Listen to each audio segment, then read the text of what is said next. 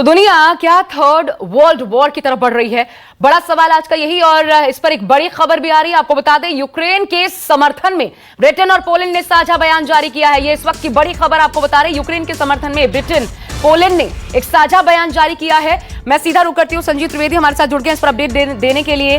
संजीव, क्या कहा गया है? देखिए, ये जो साझा बयान आया है इसमें पोलैंड और यूके ने यूक्रेन की मदद के लिए आगे आने की बात कही है और कहा है कि ये किसी भी देश का अपना संप्रभु अधिकार होता है कि वो किसी देश के साथ मिलिट्री अलायंस करे या किसी संस्था के साथ वो मिलिट्री अलायंस करे। यानी कि वो कह रहे हैं कि नेटो के साथ जाने का अधिकार है यूक्रेन को। और दूसरी बात उन्होंने ये भी कहा है कि इस संप्रभुता की रक्षा जो है वो यूके और पोलैंड करेंगे। आपको ये भी बताते चले कि आप अभी बोरिस जॉनसन को सुन रही थी, और बोरिस जॉनसन ये एक तरफ कह रहे हैं, दूसरी तरफ उन्होंने अपने जो लड़ाकू जहाज है वो ब्लैक सी इलाके में उड़ाने शुरू भी कर दिए हैं। तो ऐसा लग रहा है कि एक तरफ से तैयारी कुछ ज्यादा ही हो रही है, और ऐसी तैयारी जिसमें कि शायद एक्चुअल ऑपरेशन कम हो और माहौल बनाने की कोशिशें ज्यादा लग रही हैं। बने रहिएगा। अब मैं जल्दी से एक्सपर्ट्स को भी जोड़ लेती हूं। जो आपने कहा संजीव, उसी आधार पर संजय सोई सर, अब आप भी से शुरुआत करते हैं। ये क्या यूक्रेन को नाटो के साथ जाने का अधिकार है, नेटो के साथ जाने का अधिकार है, ये कहा जा रहा है। और जिस प्रकार का माहौल बना हुआ है, जिस प्रकार के बयान सामने आ रहे हैं, जो अमेरिका निंदा प्रस्ताव पास कर देता है, इधर रशिया लगातार कह रहा है कि हम हमला नहीं करेंगे, उनकी तरफ से ये बयान भी पहले सामने आया था। ये तमाम चीजें आपको क्या लगता है विपरीत हो गई हैं क्या? मतलब रशिया हमला करे ना करे, लेकिन यहां दूसरे साइड जो दूसरा पक्ष है वो अलग माहौल बना रहा है। लग रहा है प्रोवोकेशन उन्हीं की तरफ से हो रही है, और शायद इसका कोई इल इफेक्ट हो जाए आने वाले समय में भी। और भारत के लिहाज से ये क्या असर पड़ेगा अगर हम दोनों देशों के साथ अपने दूरगामी रिश्तों को देखें तो? बिल्कुल आशा जी, जो ये बात आप कह रहे हैं बिल्कुल ठीक बात है, क्योंकि आज जो माहौल बना हुआ है पिछले हम 15-20 दिन से देख रहे हैं कि एक तरह से प्रोपेगेंडा ज्यादा हो रहा है। आए दिन बयानबाजी हो रही है कि रशिया के इतनी सेना जमा हो गई है, रशिया का इतना इस तारीख को अटैक कर गए, इस तारीख को बयानबाजी होगी, इस तारीख को ये उनका वीडियो निकलेगा, 1.5 लाख सैनिक इकट्ठे हो गए हैं। तो ये सब चीजें एक तरह से एक बहुत ज्यादा टेंशन क्रिएट करने वाला माहौल है। और जैसा कि इसको मैं एक तरह से ये भी देखता हूँ कि 2 एंगल निकल के आए हैं। एक है वर्चस्व की लड़ाई, कि आज अमेरिका जब ताइवान की तरफ चल रहा है, दूसरी तरफ उसको लग रहा है कि आज उसका सिचुएशन थोड़ी सी डाउन हो रही है, तो कहीं ना कहीं वो अपने एक वर्चस्व दिखाना चाह रहा है कि हम नाटो का एक्सपेंशन कर रहे हैं, नाटो के देश साथ मिले, और उसको फिर इसीलिए बार बार करके एक माहौल बनाया जा रहा है कि बहुत बड़ा खतरा है।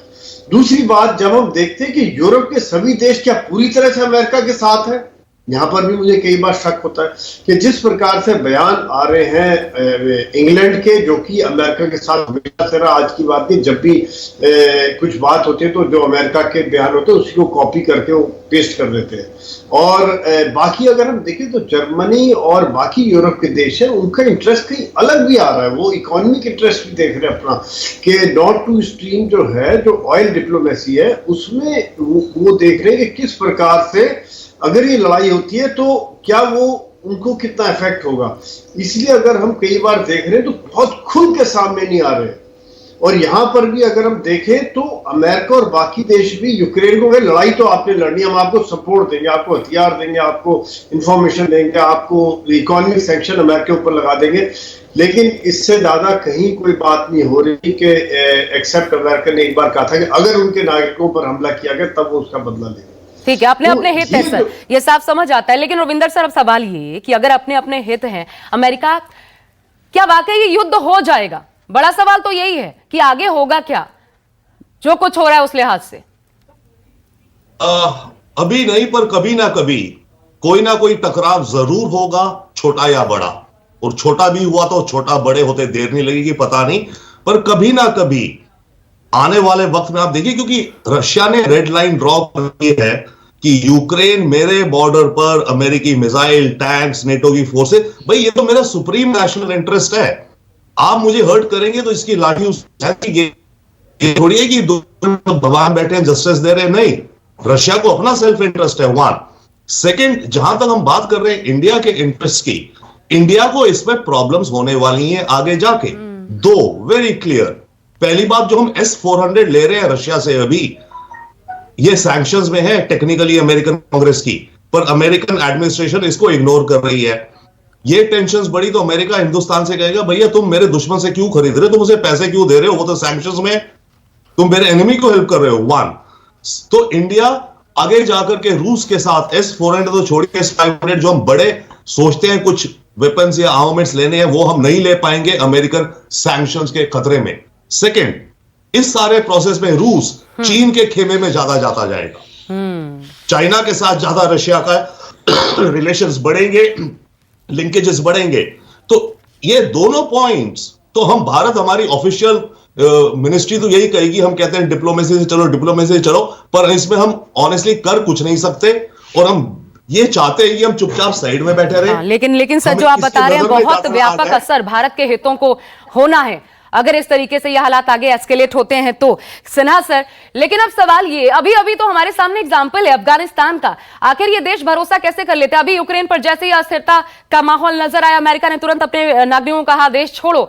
अमेरिका पर ये जो बिलीफ है, ये यूक्रेन का खुद का घाटा होगा क्या अगर इसी प्रकार ये हालात बनते रहे? क्योंकि अमेरिका, हम सब जानते हैं, इस पिछले कई बार मतलब इतिहास को अगर देखें तो अमेरिका को लेकर हमारे सामने एग्जाम्पल रहा है कि जब वाकई पीक आता है तो अमेरिका क्या करता है। आशा जी, आप जो बात कह रही हैं उसमें बहुत सच्चाई है और बहुत गुड़ बात कर रही हैं। देखिए, अमेरिका के ऊपर में कोई विश्वास नहीं कर सकता। आप अब अभी की बात छोड़ दीजिए, पहले पाकिस्तान उन पर विश्वास करता था, 71 की लड़ाई में उन्होंने 7 फीट लाया, मगर कुछ नहीं किया भारत के अगेंस्ट में। अमेरिका कुछ नहीं करेगा। जो ये हमारी है ना कि भारत बहुत बड़ा लूजर होगा, भारत देखिए मर्ज आउट होगा। मेरी स्ट्रेटेजिक अंडरस्टैंडिंग जो हम कहते हैं उसके अंदर में भारत एब्सोल्युटली राइट पोजीशंस में है। देखिए, अभी अमेरिका, जब आप बात करते थे, क्वाड की बात करते थे, तो बात हो रही थी कि ये नेटो का विस्तार होगा। ये अमेरिका ने कहा था कि इसमें आपका क्वाड प्लस आएगा और एक नेटो का शेप लेगा। इसमें भारत ने फुट डाउन कर दिया, उसने कहा नहीं, तो उन्होंने ऑकस कर लिया। उन्होंने यही यूके, देखिए यूके एक पेंडुलम की तरह अभी घूमता हुआ देश है। जो बोरिस जॉनसन क्या कह रहे हैं, क्या करेंगे, ना उनके पास सामरिक शक्ति है, ना वो कुछ कर सकते हैं। पूरा का पूरा यूरोप डिवाइडेड है। आप देखिए जो नॉर्मंडी फॉर्मेट है, नॉर्मंडी फॉर्मेट में फ्रांस और जर्मनी एब्सोल्युटली अगेंस्ट हैं इसके। फ्रांस के और जर्मनी के अंदर में जैसे अभी सोई साहब बता रहे थे, जो सबसे बड़ी चीज है जिसके अमेरिका उसका लीवरेज आउट करता है, नॉर्मंडी स्ट्रीम 1 और 2, 40% आज के दिन में जो वहां पर इकोनॉमिक ये है वो एक्टिविटीज रशिया के थ्रू, क्योंकि ऑयल सप्लाई अमेरिका वहां करना चाहता है। तो इस तरह से चीजें नहीं चलेंगी। कल ही ब्राजील को मना करने के बाद भी ब्राजील आकर के मिल रहे हैं, ब्राजील के हेड ऑफ स्टेट पुतिन से, तो ब्राजील निकलता हुआ दिख रहा है। साउथ अमेरिका में निकरागुआ में चाइना के साथ मिले, तो क्या वहां पर जो बाइडेन साहब उनको अलाउ करेंगे? तो अपने को इतना स्ट्रेच करना है, यदि गलती से भी अमेरिका यहां पर इन्वॉल्व हो जाता है तो जो हम इंडो पैसिफिक की बात करते हैं, पूरा का पूरा मैदान खुल जाएगा चाइना के लिए। उसको कोई रोक सकता है तो भारत के अलावा कोई नहीं है।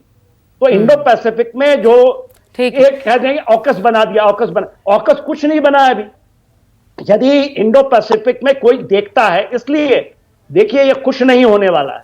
ये आप जो कहते हैं, इसलिए मैं कंक्लूडिंग रिमार्क्स, सर अब वक्त कम है इसलिए त्रिपाठी सर को भी जोड़ना चाहती हूँ। आपने बहुत बेहतर तरीके से समझाया। हमारा नहीं हो सकता जी सिन्हा सर, वक्त कम है इसलिए कंक्लूडिंग रिमार्क्स त्रिपाठी सर आपके पास आते हुए, अगले 1 महीने में, क्योंकि जो स्थितियां हैं, जिस तरीके से आगे बढ़ रहा है पूरा मामला, 1 महीना हम कम से कम ये मान के चलें, अगले 1 महीने में क्या परिदृश्य बनते आप देख रहे हैं सब? देखिए, बिल्कुल वर्ल्ड वॉर नहीं होगा या फुल फ्लेजेड वॉर नहीं होगा, एक चीज। दूसरी चीज, इसका कारण यह है कि 1945 से अब तक कई और ऐसी सिचुएशन आई जो इससे ज्यादा खतरनाक थी। क्यूबा में आई, वियतनाम में आई, सीरिया में भी आई, लेकिन वर्ल्ड वॉर नहीं हुआ।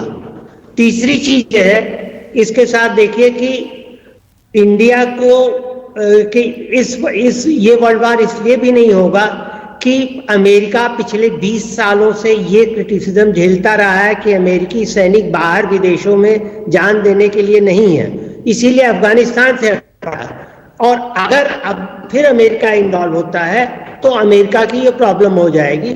और चौथी चीज ये है, जैसा कि सोई साहब ने भी कहा कि साहब जर्मनी और फ्रांस इसके बड़े खिलाफ हैं, और ये छोटे मोटे देश, पोलैंड हुआ और ब्रिटेन जिसकी अब कोई पावर नहीं रह गई है, स्पेन फोर्स हो गया, ये सब तो ये सब अमेरिका के पीछे खड़े हैं, लेकिन ये नहीं जानते कि इसमें परेशानी हो जाएगी अमेरिका को। इसीलिए अभी जो कल रात को अमेरिकन टाइम के हिसाब से, यानी हमारे टाइम से आज सुबह जो सीनेट में प्रस्ताव पास हुआ है, उसमें यही दो चीज कही गई है कि इसी दो चीजों पर वो था कि सैंक्शन नहीं लगाई गई, कि एक तो उसको सैंक्शन लगाया जाए जल्दी से, और कि सैंक्शन लगाई जानी चाहिए कि नहीं, और दूसरा ये था कि नॉर्ड लाइन को टच न किया जाए, इसीलिए उसका नाम नहीं, क्योंकि नॉर्ड स्ट्रीम को टच करेंगे तो सर एक बात साफ है, मैं रोक रही हूँ, वक्त इतना ही था मेरे पास। आप सभी का बहुत बहुत शुक्रिया।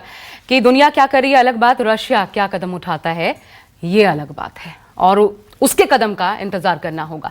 एक ब्रेक इसी के साथ ले रहे हैं, लेकिन लगातार बड़ी खबर पर हमारी नजर बनी रहेगी, अपडेट्स भी आप तक पहुंचाते रहेंगे। फिलहाल ब्रेक के बाद लौट रहे हैं वापस। नमस्कार, मैं हूं मानक गुप्ता। अगर आपको हमारा ये वीडियो पसंद आया हो तो इसे लाइक और शेयर जरूर करें, और हां, हमें सब्सक्राइब और फॉलो करना ना भूलें, ताकि आप देश और दुनिया की कोई खबर मिस ना करें। तो जुड़े रहिए हमारे साथ और देखते रहिए न्यूज़ 24।